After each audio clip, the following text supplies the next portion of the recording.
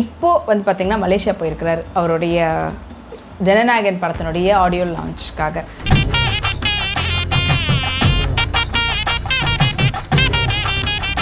இப்படி ஒரு வரவேற்பு மலேசியா மக்கள்கிட்ட. அங்கே வந்து பார்த்திங்கன்னா கிட்டத்தட்ட 1000 கணக்குன்னு சொல்கிறத விட லட்சக்கணக்கில் மக்கள் அங்கே வந்து கூடியிருக்கிறாங்க.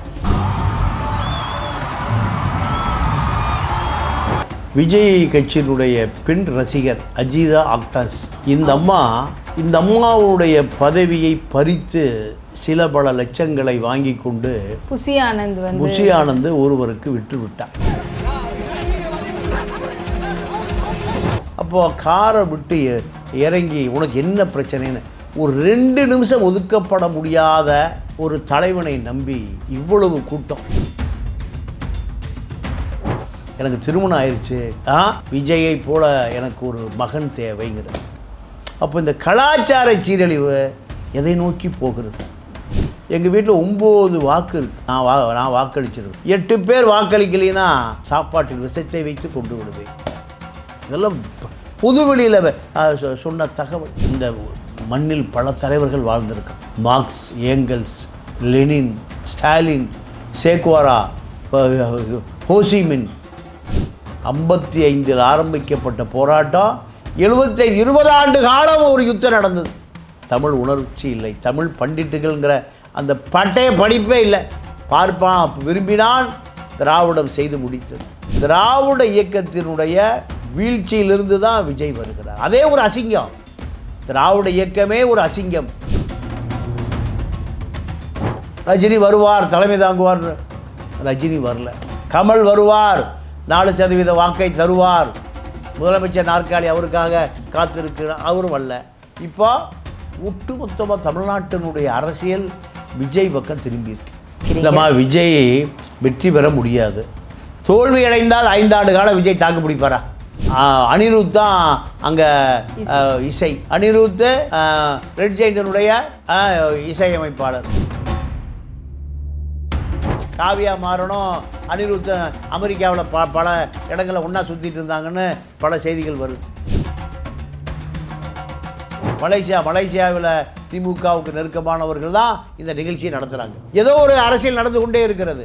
ஸோ அப்போ எப்படியோ பின்னாடி இருந்து ஏற்கிறது வந்து திமுக தான். ஏன்னா திமுகவுக்கு தலையாய பிரச்சனை இருக்குது. மலேசியாவில் கூட்டம் கூடுனா மெட்ராஸில் ஓட்டு போட்டுருவானா? அதே போல் வந்து திருமாவர்கள் வந்து பேசும்போது சொல்லியிருந்தாங்க, சங்கிகளுடைய கைப்பிள்ளையாக இருக்கிறாங்க அப்படின்னு சொல்லிட்டு விஜயையும் சீமானையும் சொல்லியிருந்தாங்க. ஸோ இதை எப்படி பார்க்குறீங்க? இல்லை, விஜய்க்கு அரசியல் தெரியாது, சீமானுக்கு அரசியல் தெரியாது.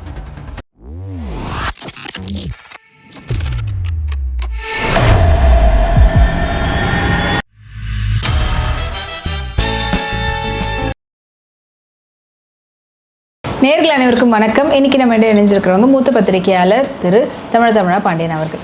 வணக்கம். எப்பவுமே வந்து பார்த்திங்கன்னா இவங்களுடைய பெயர் சொன்னாலே உங்களுக்குள்ள ஒரு பரவச நிலை வந்துடும். அவரை பற்றி அவ்வளோ விஷயங்கள் சொல்லுவீங்க. ஸோ நடிகராக இருந்து இப்போ அரசியல்வாதியாக மாறி இருக்கக்கூடிய விஜய் அவர்கள் தான். அவருடைய தாவேகா கட்சியினுடைய ஈரோடில் வந்துட்டு இப்போ தான் ரீசெண்டாக வந்து மக்கள் சந்திப்பு நடத்தியிருந்தார். அந்த பேச்சும் வந்து ரொம்ப பரபரப்பாக பேசப்பட்டிருந்தது. இப்போது வந்து பார்த்திங்கன்னா மலேசியா போயிருக்கிறார் அவருடைய ஜனநாயகன் படத்தினுடைய ஆடியோ லான்ச்சுக்காக. ஏன்னா இங்கே சென்னையில் வந்து திமுக அரசு பெர்மிஷன் தரமாட்டுறாங்க அப்படின்ற மாதிரி நடந்ததுனால, ஏன்னா போன படத்துக்கும் அதனால தான் அவங்களால வைக்க முடியல. இப்போ ஃபைனலி மலேசியாவில் போய் இறங்கினதுலேருந்து அப்படி ஒரு வரவேற்பு மலேசியா மக்கள்கிட்ட. அங்கே வந்து பார்த்திங்கன்னா கிட்டத்தட்ட 1000 கணக்குன்னு சொல்கிறத விட லட்சக்கணக்கில் மக்கள் அங்கே வந்து கூடியிருக்கிறாங்க. இப்போ வந்து ஆடியோ லான்ச் நடந்துகிட்டு இருக்குது. மழை கொட்டிக்கிட்டு இருக்குது. ஆனால் அந்த மழையும் பொருட்படுத்தாமல் ரெயின் கோட் வச்சுருக்கிறத போட்டுக்கிட்டு எல்லாரும் மழையில் வந்து விஜய் வரவேற்கணுன்றதுக்காக காத்துட்ருக்குறாங்க. அவருடைய பாடல்கள் போயிட்டுருக்கிறத வந்து பார்த்து ரசிச்சிட்டு இருக்கிறாங்க.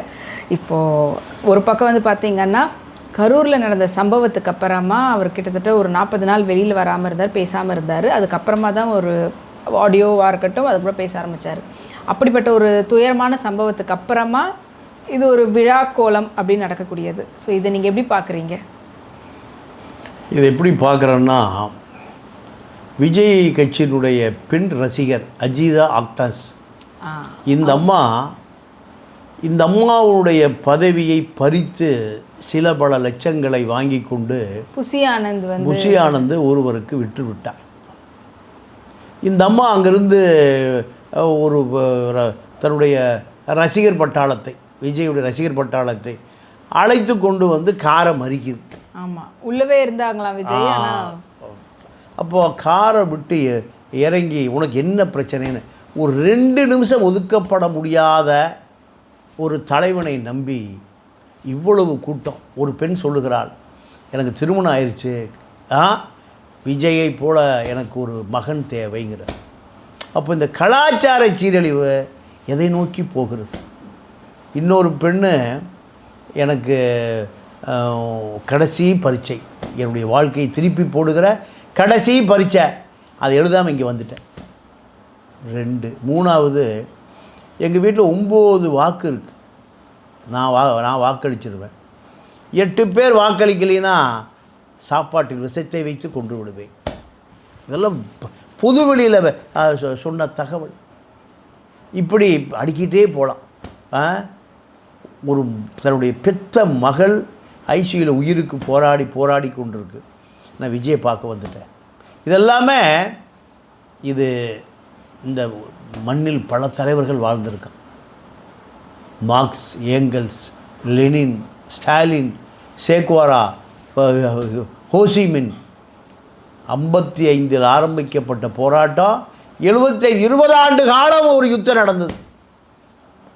அந்த மக்கள் ஒரு சாதாரண ஒரு சமையல்காரர், கப்பலில் சமையல்காரர் ஹோசிமினை நம்பி 20 ஆண்டு காலம் போராடினார். இவ்வளோ பெரிய வரலாறு உடைய பூமி இது. இந்த பூமியில் அதுவும் தமிழர்களிடம்தான் நீங்கள் யுத்தத்தை கற்றுக்கொண்டேன்னு உலகத்தில் இருக்கிற எல்லா போராளிகளும் சொல்கிறோம். வியட்காங் போராளிகள் நாங்கள் ராஜராஜ சோழனிடம்தான் தலைமறைவு குருலாவால் யுத்தத்தை கற்றுக்கொண்டோங்கிறான். இவ்வளவு பெரிய ஒரு வரலாறு உடைய இனம். எனக்கு புருஷன் இருக்கிறான், நான் விஜயை போல ஒரு குழந்தையை பெற்றுக்கணும் ஏங்குகிறேன். அப்போ இந்த இனத்தை வரலாற்று பதிவாளர்கள் ஒரு 50 வருஷம் 100 வருஷம் கழிச்சு ஒரு நடிகனை பார்க்க போய் 41 பேர் இறந்து போன குடும்பத்தை சார்ந்தவர். இப்படி பல அசிங்கமான வரலாறுகளை கொண்ட ஒரு இனம் தமிழினம். இப்படியான பதிவு தான் இந்த இனத்துக்கான பதிவு. காரணம், 2000 ஆண்டு காலம் அடிமைத்தனத்தை பார்ப்பனியம் செய்த அந்த அடிமைத்தனத்தை ஒட்டுமொத்தமாக அந்த திராவிட இயக்கம் ஒரு 50-75 ஆண்டுகளில் சுத்தமாக முடித்து விட்டது. தமிழ் உணர்ச்சி இல்லை, தமிழ் பண்டிட்டுகள்ங்கிற அந்த பட்டய படிப்பே இல்லை. பார்ப்பான் விரும்பினால் திராவிடம் செய்து முடித்தது. இந்த திராவிட இயக்கத்தினுடைய வீழ்ச்சியிலிருந்து தான் விஜய் வருகிறார். அதே ஒரு அசிங்கம். திராவிட இயக்கமே ஒரு அசிங்கம். பெரியாரை துரோகம் செய்து அண்ணா தம்பி உன் தங்க முகத்தை காமி எம்ஜிஆரை முன்னிறுத்தி தான் அரசியலை கொண்டு வந்தார். யாருக்கும் அரசியல் அரிச்சுவடியே தெரியாத கூட்டம். எம்ஜிஆர் ரசிகர் பண்ணுறோம், அதுக்கு விசிலடிச்சாங்க குஞ்சுகள்னு சொல்லுவான். ஆனால் எம்ஜிஆர் செய்த பாவத்தை மக்களிடம் புலிகளுக்கு உதவியதன் மூலம், ஏழை எளிய மக்களுக்கு உதவியதன் மூலம் அந்த பாவ மன்னிப்பை எம்ஜிஆர் நீங்கள் அதை மீட்டெடுத்து விட்டார், அதை கழுவி விட்டார். அதன் பிறகு நீங்கள் இந்த அரசியல் எங்கே போய் சேர்ந்ததுன்னா, ரஜினி முதலமைச்சர் வேட்பாளர், ரஜினி வருவார் தலைமை தாங்குவார். ரஜினி வரல. கமல் வருவார், 4% வாக்கை தருவார், முதலமைச்சர் நாற்காலி அவருக்காக காத்திருக்கிறார், அவரும் வரல. இப்போ ஒட்டுமொத்தமாக தமிழ்நாட்டினுடைய அரசியல் விஜய் பக்கம் திரும்பியிருக்கு. திமுகவும் அச்சப்படுது, அதிமுக எதிர்பார்த்து காத்திருக்கு இந்த விஜய் ரசிகர்களை. நீங்கள் அதிமுக திமுக இருக்கிற யாருக்குமே அடிப்படை அரசியலே தெரியாது. கருணாநிதி எதை சொல்லுகிறாரோ அது அவர்களுக்கெல்லாம் வேதம். ஸ்டாலின் அவர்களுக்கும் தெரியாது. நீங்கள் ஜெயலலிதா எதை சொல்லுகிறதோ அதுதான் அரசியல். அதை தாண்டி அரசியலே இல்லை. நீங்கள் ஓட்டுக்கு 200 ரூபா கொடுக்க சொல்லிச்சு ஜெயலலிதா, நாய்க்கு 1000 ரூபாய்க்கு பிஸ்கட் போடும். நாய்க்கு ஜெயலலிதா வாங்கி போட்ட பிஸ்கட்டுடைய விலை 1000 ரூபா. இந்த மக்களுக்கு ஓட்டுக்கு எவ்வளோ கொடுக்க சொல்லும்? 200. அப்போ இவனுக்கு அரசியல் தெரிஞ்சு அங்கே இருப்பானா? இருக்க மாட்டான். கருணாநிதியை பொறுத்த வரைக்கும் கருணாநிதி நீங்கள் பிசிஆர் வழக்கு பிசிஆர் கேஸு போட சொல்லுகிற பொழுது பிசிஆர் கேஸ் போட்டான்னா அதுக்கு கவுண்டர் கேஸ் அதையும் பதிவு பண்ணுன்னு சொன்னார். அப்போது இந்த மக்களுக்கு என்ன பாதுகாப்பு? இதுதான் கருணாநிதி. கருணாநிதியை பொறுத்த வரைக்கும் அதிகாரத்துக்கு போக வேண்டும். நான் திமுக தொண்டர்களையும் கம்யூனிஸ்ட் தோழர்களையும் பார்த்து கேட்குறேன், கீழ் வெண்மணியில் 11 லட்சம் ரூபாய் இந்த பண்ணையார்கள் கொடுத்தது எதற்காக? கம்யூனிஸ்டுகளை ஒழிப்பதற்காக. கருணாநிதி அதை செய்து முடித்தார். அரசியல் தெரிஞ்ச கம்யூனிஸ்ட் கட்சிக்காரனும் திமுக காரன் அங்கே இருப்பானா? ஆனால் இப்போ வந்து பார்த்தீங்கன்னா திமுக நம்மளுக்கு போட்டியே வந்து திமுக தான் சொல்லிட்டு விஜய் வந்து பேசியிருந்ததுக்கு ஏற்ற மாதிரியே அவரோட கூட்டணி இப்போ எந்த கட்சியும் வரலை. இப்போ ரொம்ப பெரிய எதிர்பார்ப்பாக இருந்தது வந்து அதிமுக. ஆனால் அதிமுக அவங்களுடைய கூட்டணியை வந்து அனௌன்ஸ் பண்ணி தொகுதி வாரியான அந்த பேச்சு எல்லாம் வந்து முடிச்சிருக்கிறதெல்லாம் சொல்லிட்டு இருக்கிறாங்க. இதுக்கப்புறம் தாவேக்கா அதில் போய் சேர்றதுக்கான வாய்ப்புகளும் ரொம்ப கம்மி தான். அப்போ தனியாக நின்னாங்கன்னா விஜய் எந்த அளவுக்கு மக்கள்கிட்ட இருந்து வாக்குகள் வந்து பெற முடியும்னு நினைக்கிறீங்க? விஜய் வெற்றி பெற முடியாது. தோல்வி அடைந்தால் 5 ஆண்டு காலம் விஜய் தாக்கு பிடிப்பாரா? கஷ்டம். சாதாரண யதார்த்த மக்களுக்கு இருக்கிற கேள்வி. 5 வருஷம் புஷி ஆனந்த் இருப்பாரா? ஆதவர்ஜுனா இருப்பாரா? செங்கோட்டையன் தான் இருப்பாரா? இதே அரசியல் 5 வருடம் செங்கோட்டையன் செய்வாரா? திமுகவை பொறுத்தவரை இப்போ மலேசியாவில் நடக்கிற நிகழ்ச்சி ரெட் ஜெயிண்ட் தான் நடத்துது. அனிருத் தான் அங்கே இசை. அனிருத் ரெட் ஜெயிண்டினுடைய இசையமைப்பாளர். அப்போது சன் பிக்சர்ஸினுடைய இசையமைப்பாளர் அனிருத். ரஜினி மருமகன். இன்னும் சொல்ல போனால் நீங்கள் திமுக குடும்பத்துக்கும் மருமகனாக வருவதற்கு வாய்ப்பு இருக்குங்கிறாங்க. கலாநிதி மாறனுடைய நண்பன். நான் அதுக்கு மேலே சொல்ல விரும்பலை. நண்பர் நண்பி காவியா மாறனும் அனிருத் அமெரிக்காவில் பல இடங்களில் ஒன்றா சுற்றிட்டு இருந்தாங்கன்னு பல செய்திகள் வருது. அப்போது திமுக எப்படியாவது விஜயை தன்னுடைய கட்டுப்பாடுகள் கொண்டு வர வேண்டும். இப்போ கட்டுப்பாடுகளை கொண்டு வந்து தனித்து நிற்க வைக்க வேண்டும். தனித்து நின்னால் அதிமுக வாக்கு போகாது.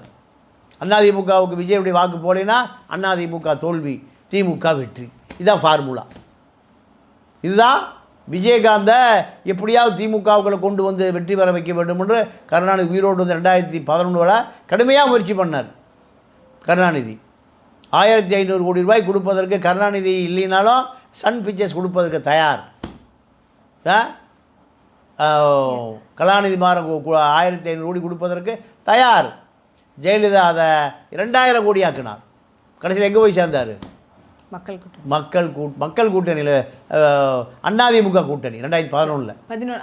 அப்போ எதிர்க்கட்சி தலைவரானார். 29 எம்எல்ஏக்கள் வந்தாங்க. இப்போ அதே போன்றது களம். விஜயை தனியாக நிறுத்தி வைத்து காணாமல் அடிப்பதா, அல்லது விஜய் அதிமுகவோடு சேர்ந்து எதிர்க்கட்சி தலைவர் ஆவதா? இல்லை இப்போ மலேசியாவில் திமுகவுக்கு நெருக்கமானவர்கள் தான் இந்த நிகழ்ச்சியை நடத்துகிறாங்க. ஏதோ ஒரு அரசியல் நடந்து கொண்டே இருக்கிறது. ஸோ அப்போ எப்படியோ பின்னாடி இருந்து ஏற்கிறது வந்து திமுக தான். ஏன்னா திமுகவுக்கு தலையாய பிரச்சனை இருக்குது. எப்படி ஆட்சிக்கு வந்தே ஆக வேண்டும். ஆட்சிக்கு வந்தே ஆக வேண்டும். ஆனால் வர்றதுக்கு முதல்ல அவங்க கொடுத்த வாக்குறுதி எதுவுமே அவங்க செய்யலை. இங்கே வாக்குறுதிக்கு மக்களுக்கு சம்மந்தமே இல்லை. வாக்குறுதி கொடுத்த வாக்குறுதி நிறைவேற்றலாம் அதிமுக திமுக ரெண்டும் எப்போ அழிஞ்சு போயிருக்கு. எப்போவோ அழிஞ்சு போயிருக்கும். வாக்குறுதியெல்லாம் தேர்தல் நேரத்தில் தேர்தல் திருவிழாவை தவிர வாக்குறுதிக்கு மக்களுக்கு சம்மந்தமே இல்லை. அதிமுக மீது கோபம் திமுக போடுவான், திமுக மீது கோபம் அதிமுக போடுவான். இதுதான் இங்கே அரசியல். இப்போ விஜயை பொறுத்த வரைக்கும் விஜயுடைய எதிர்காலம் எப்படி? விஜய் தொகுதி இன்றைக்கி இப்போ வரை கண்டுபிடிக்க முடியல. இல்லை இப்போ என்னென்னா திமுக தான் பின்னாடி இருந்து இயக்கி அவங்களோட யாரும் கூட்டணி போக முடியாத அளவுக்கும் அவரும் யாருக்கிட்டையும் கூட்டணிக்கு போக முடியாத அளவுக்கு தனித்து நின்னாங்கன்னா இது எல்லாமே பாசிட்டிவாக திமுகவுக்கு ஆகுன்ற மாதிரி. அதுதான் திமுக ஒரு கணக்கு, அமித்ஷா ஒரு கணக்கு. இந்த எந்த கணக்கு பிப்ரவரிக்குள்ளே இறுதியாக்கப்படும் என்பது மக்கள் கணக்கு. மக்களோட கணக்கு போட்டு வச்சுருக்கிறான். யார் கூட்டணி, எத்தகைய கூட்டணின்னு. விஜய் ஒன்று பெரிய வலிமையான தலைவராக மக்கள் நினைக்கல. ஜெயலலிதாவுக்கு ஒரு தொகுதி இருந்தது. ஆர்கே நிற்கும், ஆர்கே நகர் நிற்கும், இல்லை பர்கூரில் நிற்கும். கருணாநிதி சேப்பாக்கத்தை நிற்பார், எடப்பாடியில் நிற்பார். இப்படி ஒவ்வொருக்கும் ஒரு தொகுதி இருந்தது. விஜய்க்கு எந்த தொகுதினே தெரியல, இப்போ வரைக்கும் சொல்லலையே. இல்லை, அவங்க சொல்கிறதே வந்து எல்லா தொகுதியிலையும் வந்து விஜய் தான் நிற்பார் அப்படின்னா அவருடைய முகம் தான் எங்களுடைய பிராண்டு, அவருக்காக தான் நீங்கள் எல்லாம் வந்து ஓட் பண்ண போகிறீங்க. ஸோ அதனால் உங்களுடைய சார்பில் அவர் எல்லா இடத்துல தான் நிற்பார் அப்படின்ற மாதிரி தான் சொல்லிக்கிட்டு. அப்போ 234 தொகுதி அவரே வேட்பாளரா? அப்படிதான் அன்னைக்கு பேசும்போது சொன்னாங்க. அதான் 234. ஆமாம், எம்ஜிஆரை விட ஒரு புகழ்மிக்க தலைவரே இல்லை. அவர் சென்னையில் பரங்கிமலையில் நின்னார். அதுக்கு பிறகு அருப்புக்கோட்டை போயிட்டார், ஆண்டிப்பட்டி போயிட்டார். எம்ஜிஆருக்கே ஆண்டிப்பட்டி தேவைப்பட்டது. ஆண்டிப்பட்டியும் அருப்புக்கோட்டை தான் அங்கே ஒடுக்கப்பட்ட எளிய மக்கள் இருக்கான். எம்ஜிஆருக்கு ஒரு அரசியல் அபிலாசை, ஒரு திரைப்பட கவர்ச்சி, இதில் ஓட்டு போட்டுருவான். பர்கூர் ஏன் ஜெயலலிதா தேர்ந்தெடுத்தார்? ஏன் பாய்ஸ் கேரில் ஓட்டு போட மாட்டானா? ஏன் பர்கூருக்கு அந்த மாதிரி போகுது? அது ஒரு ஷெட்யூல் ட்ரைப்ஸ். 500-1000 கொடுத்தா ஓட்டு போட்டுருவோம். அப்போ இவர்களெல்லாம் தெளிந்த அரசியல்வாதியா?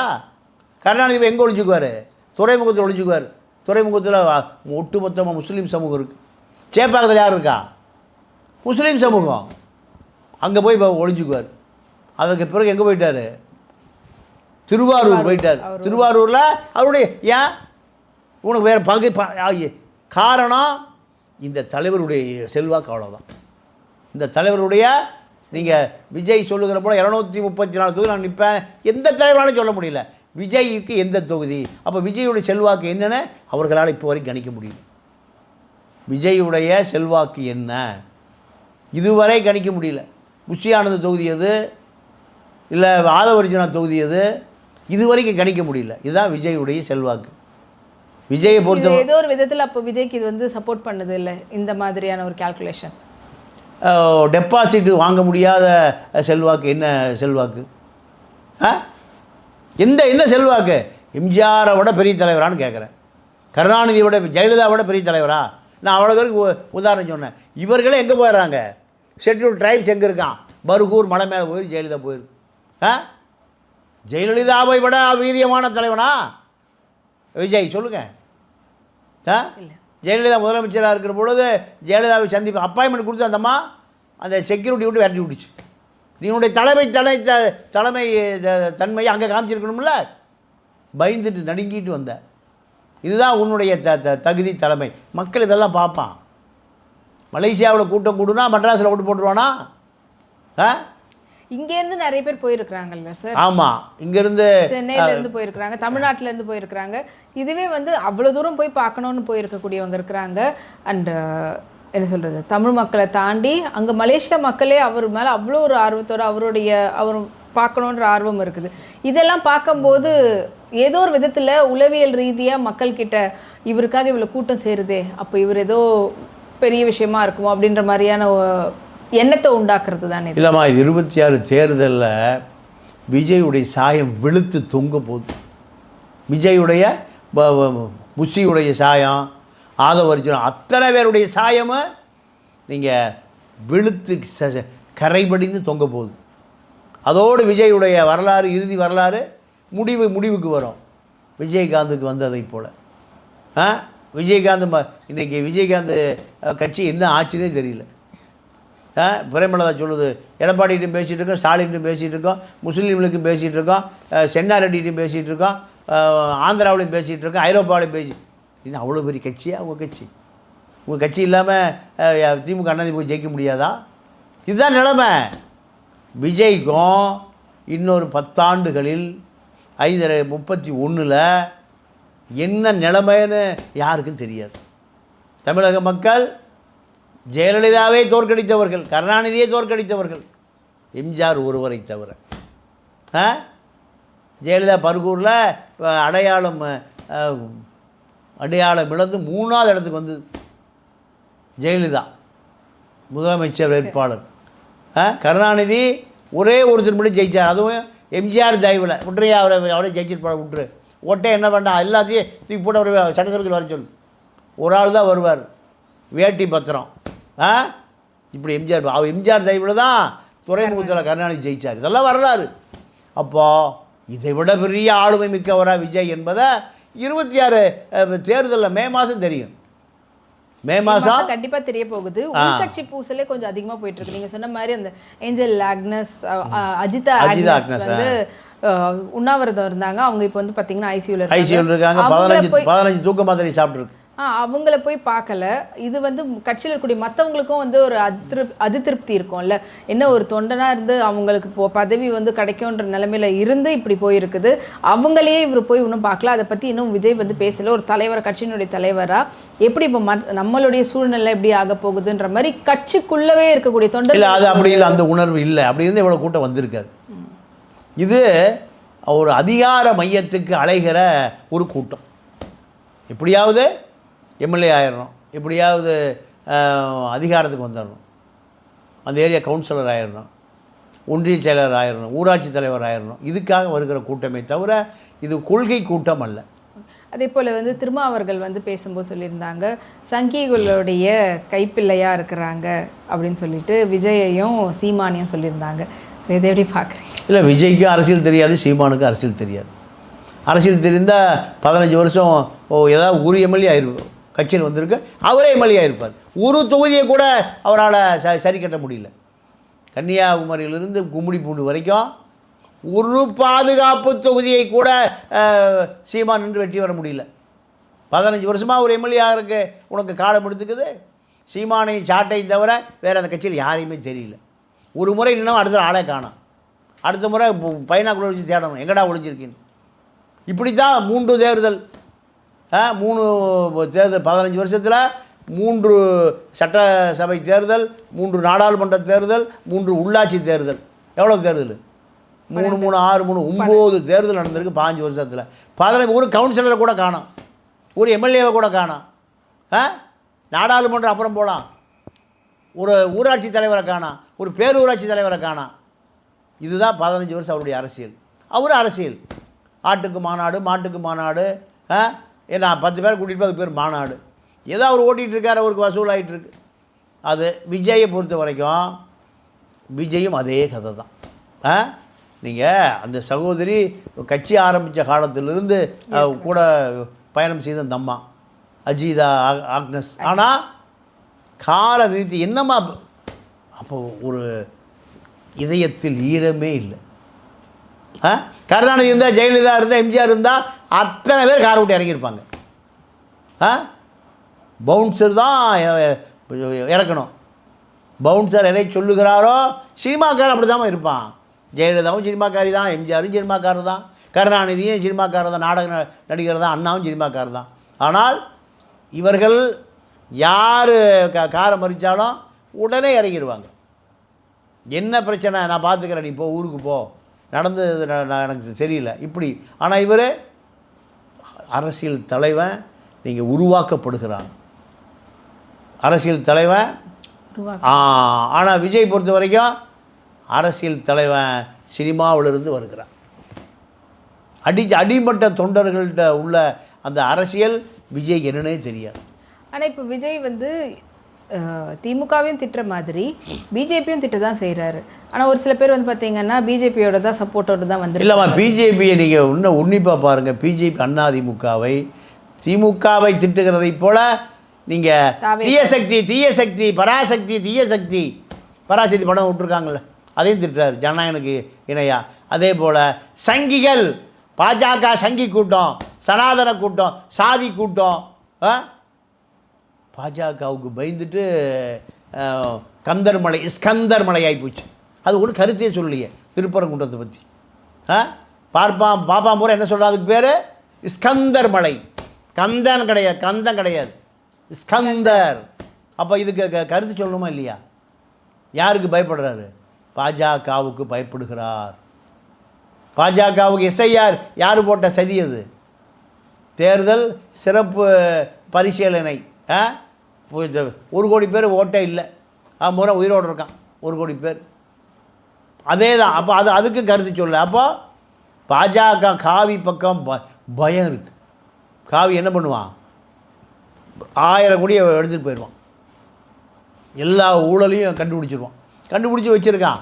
அரசியல் ரீதியாக மிரட்டுவதற்கு விஜய்க்கு ஒரு பெரிய அச்சம் பாஜக பக்கம். இங்கே தீய சக்தினா இங்கே சங்கி சக்தி. அதையும் ரெண்டும் ஒரே நேரத்தில் சொல்லியிருக்கணும். சங்கிகளை ஒழிப்பேன், சனாதனத்தை ஒழிப்பேன், தீய சக்தி திமுகவை ஒழிப்பேன், இப்படி சொல்லியிருந்தாருன்னா நீங்கள் ஆதவ அர்ஜுனா சொல்கிறார், இந்தியா பாகிஸ்தான் மேட்ச் இதில் நாங்கள் ஜெயிச்சிட்டோம். இப்போ ரெண்டாவது அதிமுகவை ஜெயிச்சாச்சு, இப்போ திமுகவோடு தான் எங்களுக்கு போட்டி. அவர் என்ன அப்போ பாகிஸ்தான் எதிரி நாடாக பார்க்குறார். ரைட்டு, அவருடைய கணக்கு சரிதான். ஆனால் அவர் பாகிஸ்தான்னு சொன்னது இங்கே இருக்கக்கூடிய முஸ்லீம்களை, சிறுபான்மையரை. நீ என்ன சொல்லியிருக்கணும்? இலங்கையை சொல்லியிருக்கணும். சிங்களர்கள் தான் எதிரியை தவிர இங்கே இருக்கக்கூடிய முஸ்லீம்கள் எதிரி அல்ல. அவர் பாகிஸ்தான்னு சொல்கிறது முஸ்லீம்களை சொல்கிறார். அப்போ எப்படி உனக்கு என்ன அரசியல் தெரியும்? கள்ளலாற்றிக்கு நீங்கள் பாண்டிச்சேரியில் அவருடைய மச்சான் எலெக்ஷன் நிற்கிறார், முதலமைச்சர் வேட்பாளர். அங்கே எல்லா கட்சி வேட்பாளர்களுக்கும் 10 கோடி ரூபா கொடுத்துறன்ட்டார். திமுக, அதிமுக, காங்கிரஸ், என்ஆர் காங்கிரஸ் எல்லா வேட்பாளருக்கும் 10 கோடி ரூபா. எலெக்ஷன்ல ஜெயிச்சுவாங்க, நான் முதலமைச்சர், கல்லாலாற்றி அடித்து விற்கிற நான் முதலமைச்சர். இப்போ 2 எம்எல்ஏ விட்டுருக்காங்க சார்லஸ் கிட்ட. 2 எம்எல்ஏ இருக்காங்க. டெய்லி 1000 பேருக்கு காமராஜ் நகர தொகுதியில் ஜான்குமார் எம்எல்ஏ அலுவலகத்தில் டெய்லி 1000 பேருக்கு எறா சுறா புறா 3 நேரம் சாப்பாடு நடக்குது, மத்தியான சாப்பாடு. எதுக்கு? எல்லாம் கள்ளலாற்றி பணம். ஊழலை ஒழிப்பேங்கிற விஜய்க்கு ஆதவ அர்ஜுனா தான் எல்லா செலவும் பண்ணுறாரு. அந்த பணம் என்ன பணம்? அது நாறுதியாது, கள்ளலாற்றி பணம். அப்போ நீ எப்படியா ஊழலை ஒழிப்பாய்? நீயே இப்போ வரி ஏய்ப்பு, பாதி வெள்ளை பாதி கருப்பில் தான் புடிச்சிட்டு வாங்குற. இப்போ நீயே தயாரிப்பாளர், ஜனநாயகன் உன்னுடைய தயாரிப்பு, உன்னுடைய பினாமி தயாரிப்பு இல்லையோ, உன்னுடைய தயாரிப்பு. லலித் யார் அங்கே சைதாப்பேட்டையில் ஒரு கேஸ் கடை வச்சுருக்கார், சிலிண்டர் சைக்கிளில் தள்ளிட்டு போய் விற்றுருக்கிற ஆள். எப்படி கோடிகள் வந்திருக்கும்? எல்லாம் உன்னுடைய பினாமி. உன்னை வச்சு படம் எடுத்துக்கும் போல தற்கொலை பண்ணி செத்து போயிட்டான். பாதி பேர் ஆளையாக காணோம் ஊரில். ரவிச்சந்திரன்லாம் காணோம், ஆஸ்கர் ரவிச்சந்திரனை காணோம். உன்னுடைய பழைய தயாரிப்பாளர் பிடி செல்வகுமார் அவர் திமுக போயிட்டார். குஞ்சு போன ஆளையாக காணோம், பஞ்சுமான் ஆகிட்டார் அவர். அப்போ இதுதான் விஜயுடைய கதை. விஜயுடைய அரசியல் வரலாறு 26 தேர்தலோடு முடிந்து போகும். ஸோ இப்போ அவருக்கு கூடக்கூடிய கூட்டத்தெல்லாம் நம்ம எப்படி எடுத்துக்கிறது? கண்டிப்பாக வாக்காக மாறாது, ஆனால் அவர் நடிகராக அவர் மேலே இருக்கக்கூடிய ஈர்ப்பு அதிகம் தானே? இல்லைம்மா, அது இல்லைம்மா. உலகத்திலேயே ஒரு நடிகை மீதும் நடிகர் மீதும் இருக்கக்கூடிய ஈர்ப்பு என்பது கவர்ச்சிகரமான ஈர்ப்பை தவிர, பாலியல் ரீதியான ஈர்ப்பை தவிர அரசியல் ரீதியான ஈர்ப்பே அல்ல. அரசியல் ரீதியான மனிதனுக்கு எது தேவை? அரசியல் தேவை. ஸோ நீங்கள் சொல்கிறது எந்த அளவு மக்களை நீங்கள் இப்போ கணிச்சு வச்சுருக்கிறீங்க, இல்லை மக்கள் எந்த அளவுக்கு அரசியலை புரிஞ்சு வச்சுட்டு இருக்கிறாங்கன்றது வரக்கூடிய 2026 தேர்தல் முடிவுகள் சொல்லும் போது. எனவே ரொம்ப நன்றி சார். நன்றி, வணக்கம்.